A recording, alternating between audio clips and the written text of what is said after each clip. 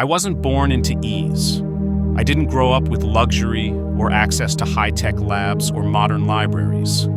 I come from a quiet village in Yemen, a place where dreams often stay buried beneath survival and silence. But somehow, by the grace of God and through 5 powerful habits, I made it through engineering school. And I'm not just here to talk about formulas or grades.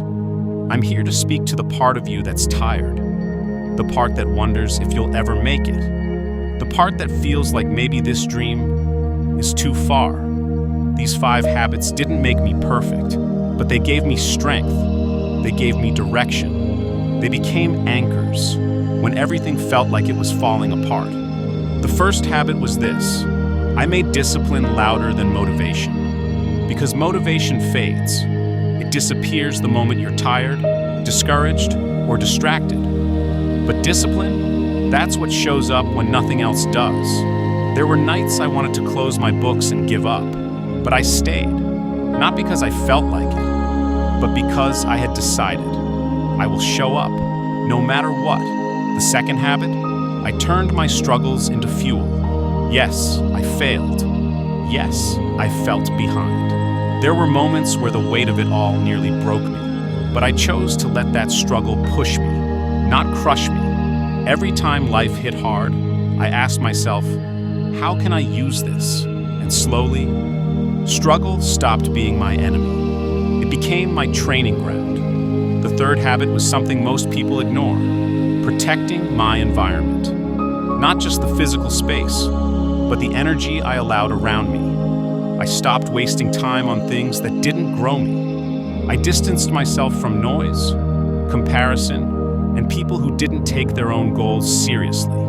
Because your surroundings shape your direction. And if you're surrounded by chaos, don't expect clarity. I created space for peace, for focus, for purpose.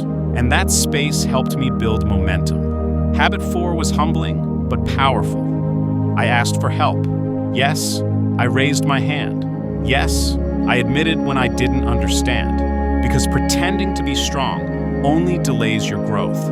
I learned to sit beside people smarter than me, to learn from them, to study with them, to fail together, and rise together. Because there is no shame in not knowing. The only shame is refusing to learn. And finally, the 5th habit, I prayed. Every single day, through late nights, early exams, breakdowns, and breakthroughs.